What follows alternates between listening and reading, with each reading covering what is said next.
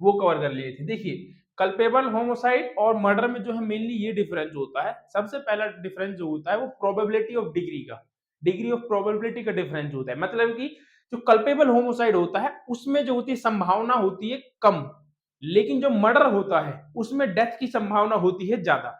यदि culpable homicide होता है तो उसमें जो है बचने की संभावना भी होती है। मान लीजिए कि इसमें जो है कल्पेबल होमोसाइड में एक तरीके से इसमें यदि डेथ की प्रोबेबिलिटी 50% है तो मर्डर में वही प्रोबेबिलिटी बढ़ करके 90% होती है।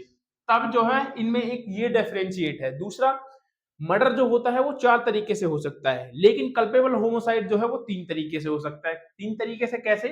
Whoever cause death doing any act, कोई भी जो है डेथ हुई हो किसी कार्य को करते हुए, वो कार्य कैसे किया गया हो, वो कार्य पहला इंटेंशन टू कॉज डेथ, किसी व्यक्ति की जो है मृत्यु कार्य करने के आशय से वो कार्य किया गया हो। लेकिन दूसरा दूसरा क्या कहता है? Intentionally cause a bodily injury like to cause death, कि जो है आज से पूर्वक उसको इतनी शारीरिक क्षति दी गई हो जिससे कि उसकी मृत्यु हो गई हो।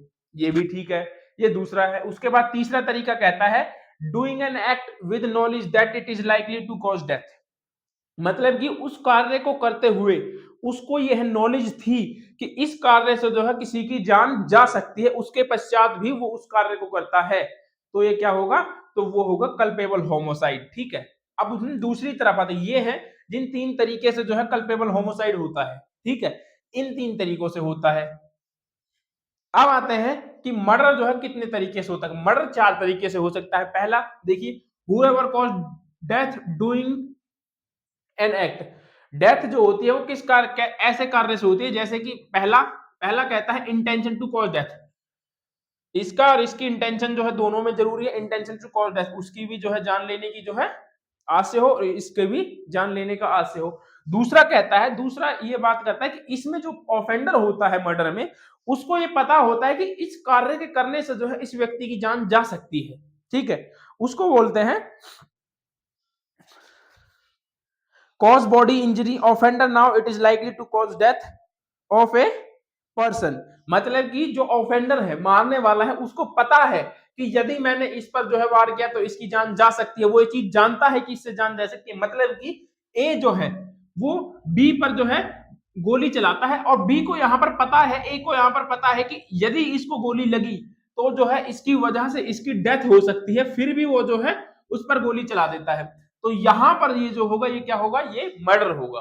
लेकिन वही हम दूसरी तरफ देखते हैं तो इसमें जो होती है प्रोबेबिलिटी कम होती है। इसमें जैसे कि आपको जब आप इलस्ट्रेशन पढ़ते हैं तो कल्पेबल होमोसाइड में आपको किस तरीके के एग्जांपल्स देखने को मिलते हैं? मैं ज्यादा तेज तो नहीं बोल रहा हूँ? मुझे ऐसा लग रहा है मैं ज्यादा तेज बोल रहा हूँ। मुझे ऐसा लग रहा है कि मैं खुद पढ़ रहा हूँ, भूल जाता हूँ बार बार में कि मैं पढ़ा रहा हूँ। चलो कोई नहीं। लेकिन जो कल्पेबल होमोसाइड होता है उसमें जब आप इलस्ट्रेशन पढ़ते हो तो उसमें आपने इलस्ट्रेशन देखा होगा कि ए जो है एक गड्ढा खोद देता है और उस पर घास फूस डाल देता है। तो ये जो है ये कल्पेबल होमोसाइड है। यदि उसमें आकर के बी नाम का व्यक्ति गिर जाता है और उसकी डेथ हो जाती है तो वो कल्पेबल होमोसाइड के लिए लायबल होता है। क्यों? क्योंकि उसमें ये प्रोबेबिलिटी होती है कि जरूरी नहीं है कि बी वहीं से होकर के गुजरे, बी वहां से दूर से भी जा सकता है, उसमें थोड़ी प्रोबेबिलिटी कम है। लेकिन जब आप मर्डर में देखते हैं तो उसमें फर्स्ट एग्जांपल ये मिलता है कि ए जो है बी को जो है गोली से मार देता है बंदूक की। ठीक है, तो यहां पर प्रोबेबिलिटी ज्यादा। अब आप बताओ किस में मरने की प्रोबेबिलिटी ज्यादा होगी, कल्पेबल होमोसाइड में कि मर्डर में? ऑब्वियसली मर्डर में। तो यहां पर जो है बी कहता है कि ऑफेंडर जो होता है उसको ये पता है कि इस व्यक्ति की जो है इस कार्य से जान जा सकती है, फिर भी वो एक्ट करता है।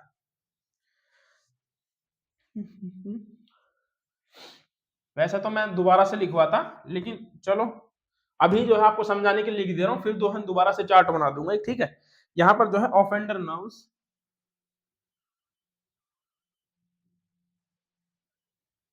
offender knows likely to cause death, doing an act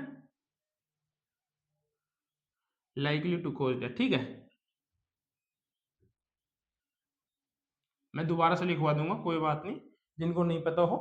लेकिन मैं वैसे भी आप जो लिखने वाले होंगे वो साथ के साथ भी लिख सकते हैं कि ऐसा तो है नहीं कि मैं जो है बता नहीं रहा हूँ, एक चीज को 3 बार बता रहा हूँ। उसके बाद जो मर्डर होता है, वो मर्डर का तीसरा तरीका क्या है? मर्डर का थर्ड ये है intentionally causing a bodily injury to sufficient cause death, कि किसी व्यक्ति को जो है बॉडीली इंजरी देना जिससे कि उसकी डेथ हो सके। डेथ होने के लिए इतनी इंजरी सफिशिएंट है। आमतौर पर जो है यदि किसी व्यक्ति को इतनी चोट मारी जाए कि उसकी डेथ हो सकती है, तो उसको इतनी इंजरी देना जिसमें आमतौर पर सामान्य तौर पर व्यक्ति मर जाता है। ठीक है। उसके बाद फोर्थ है, ठीक है, इसको लिख लो सामान्य तौर पर डेथ हो जाती है। ठीक है,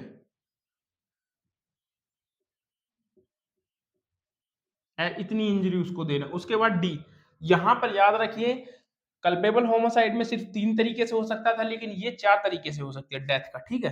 फोर्थ कहता है कि इमीडिएट डेंजर। इमीडिएट डेंजर का मतलब होता है इमीडिएटली डेंजर, कोई भी ऐसा एक्ट करना जो कि इतना खतरनाक है, यदि वो किया गया तो उससे ऑन स्पॉट ही डेथ हो सकती है या फिर डेथ होना जरूरी है। डेथ मतलब जरूरी नहीं, मतलब डेथ होने की पूरी पूरी संभावना, उसके बाद भी वो उस एक्ट को करता है।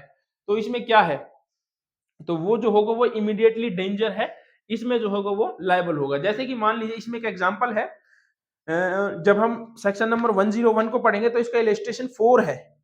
A without any excuse fire a loaded cannon into a crowd of person and kills one of them. A जो होता है वो क्या करता है, किसी समूह पर जो है भरी हुई तोप चला देता है, जिससे कि किसी की उसमें से डेथ हो जाती है। अब ए को ये पता है कि ये एक्ट ऐसा है, यदि किया गया तो इससे किसी ना किसी की डेथ 100% होनी श्योर है, फिर भी वो ऐसा एक्ट करता है, तो यहां पर वो किसके लिए लायबल होगा, तो यहां पर वो जो है डेथ के लिए लायबल होगा। तो ये एक इसका एग्जाम्पल है। ठीक है,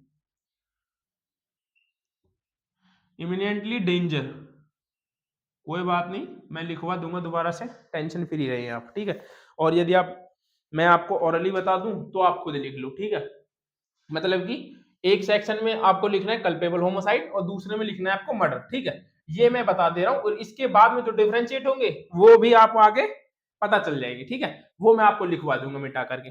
जो कल्पेबल होमोसाइड वाले हैं पहले वो लिख ले, फर्स्ट लिख ले कि किसी जो मृत्यु होती है वो किसी कार्य द्वारा हुई हो, जैसे कि whoever caused death doing an act, English वाले ये लिख सकते हैं। उसके बाद नीचे सब क्लोज में पॉइंट बना करके, मान लीजिए 1 है तो इसको रोमन में बना सकते हैं या फिर एबीसी कर सकते हैं। तो फर्स्ट में लिखना है आपको इंटेंशन टू कॉज डेथ, कि आज से पूर्वक मृत्यु कारित करना, मतलब कि उसकी इंटेंशन थी कि उस किसी व्यक्ति की जो है डेथ कमिट हो।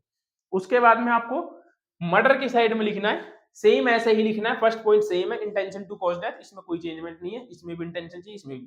ठीक है, लेकिन याद रखना डिग्री ऑफ प्रोबेबिलिटी। ठीक है, डिग्री ऑफ प्रोबेबिलिटी ये जो होती है, ये मर्डर में ज्यादा होती है। एक तरीके से श्योर ही होता है कि यदि वो एक्ट किया गया 100% श्योर होता है कि उसकी डेथ हो जाएगी। यदि वो बच जाता है तो फिर उसमें अटेम्प्ट टू मर्डर लग जाता है। चलो अटेम्प्ट टू मर्डर का बाद में देखेंगे। उसके बाद में जो है सेकंड में आप कल्पेबल होमोसाइड के सेकंड पॉइंट को लिखेंगे, इंग्लिश वाले intentionally cause a bodily injury like to cause death, मतलब कि किसी व्यक्ति को, हिंदी वाले हिंदी में बोलते हैं, किसी व्यक्ति को जो है आज से पूर्वक इतनी इंजरी देना जिससे कि उसकी डेथ हो जाए। ठीक है, जिसके परिणाम स्वरूप उसकी डेथ हो जाए या मृत्यु हो जाए, ये है हिंदी में।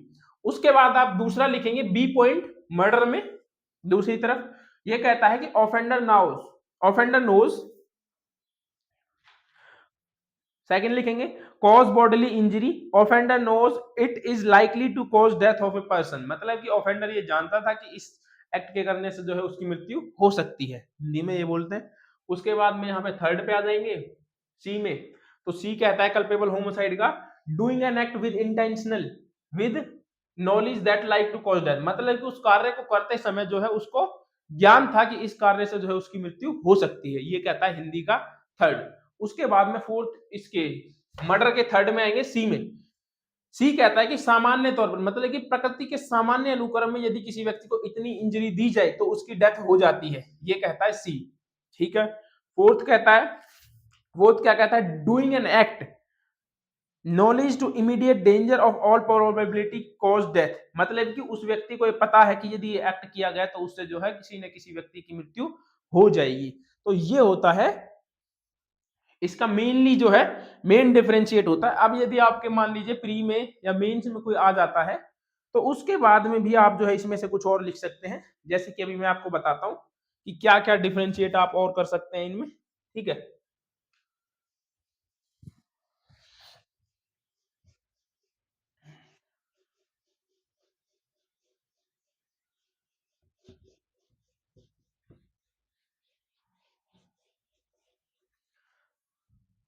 तो अब क्या क्या डिफरेंशिएट कर सकते हैं? फर्स्ट तो आप सेक्शन का भी कर सकते हैं, ठीक है। क्या कर सकते हैं? कल्पेबल होमोसाइड, उनको लिखने के बाद में, ठीक है। ऐसा नहीं है कभी, मतलब ये मैं अलग से बता रहा हूँ, वो फर्स्ट था तो ये सेकंड है। उनको लिखने के बाद में नेक्स्ट होगा पहला सेक्शन का। एक तो सेक्शन का डिफरेंस, जब हम मेंस में लिखते हैं तो हम सेक्शन को भी लिख सकते हैं। ये जो है कल्पेबल होमोसाइड 100 में है और ये 101 में है, ठीक है। इनकी पनिशमेंट में भी डिफरेंस है, तो इनकी पनिशमेंट को भी आप डिफरेंस बना करके, जितनी भी इनकी पनिशमेंट है, इसकी शायद से 10 साल है, दो तरीके की पनिशमेंट है, 10 ईयर और एलआई, यही है ना। देखेंगे एक बार, 105 निकाल लो, 105 शारीरिक क्षति संभव है, उसको आजीवन कारावास या दोनों में से किसी माध्यम के कारावास जिसकी अवधि 5 वर्ष से कम नहीं होगी किंतु 10 वर्ष तक की हो सकेगी, सॉरी, ठीक है। एलआई तो है ही है, लेकिन साथ में 5 से 10 साल तक का, ठीक है, 10 ईयर तक की उसको सजा दी जाएगी। उसके बाद कहता है किंतु जो 10 वर्ष तक की हो सकेगी दंडित किया जाएगा, जुर्माना विधायी होगा यदि वह कार्य इस आशय के साथ किया जाता है कि मृत्यु कारित करना संभव है, किंतु मृत्यु या शारीरिक क्षति जिससे मृत्यु कारित करना संभव है कारित करने के लिए आशय के बिना किया जाए, तो वह दोनों में से किसी भांति के कारावास जो है विदाउट इंटेंशन, ये जो था ये विद इंटेंशन था और ये विदाउट इंटेंशन था, ठीक है। तो इनमें दो डिफरेंट पनिशमेंट है, इसमें 10 साल तक की है, 10 ईयर ये ना। और फाइन। अब हम इसकी पनिशमेंट देखते हैं मर्डर की, 103 में। मर्डर की जब आप पनिशमेंट लिखते हो तो उसको भी आप डिफरेंशिएट कर सकते हो। तो इसको जो होता है डेथ और एलआई की जो इसमें पनिशमेंट दी जाएगी, ठीक है। इसमें कितनी पनिशमेंट है? डेथ और एलआई और फाइन, ठीक है।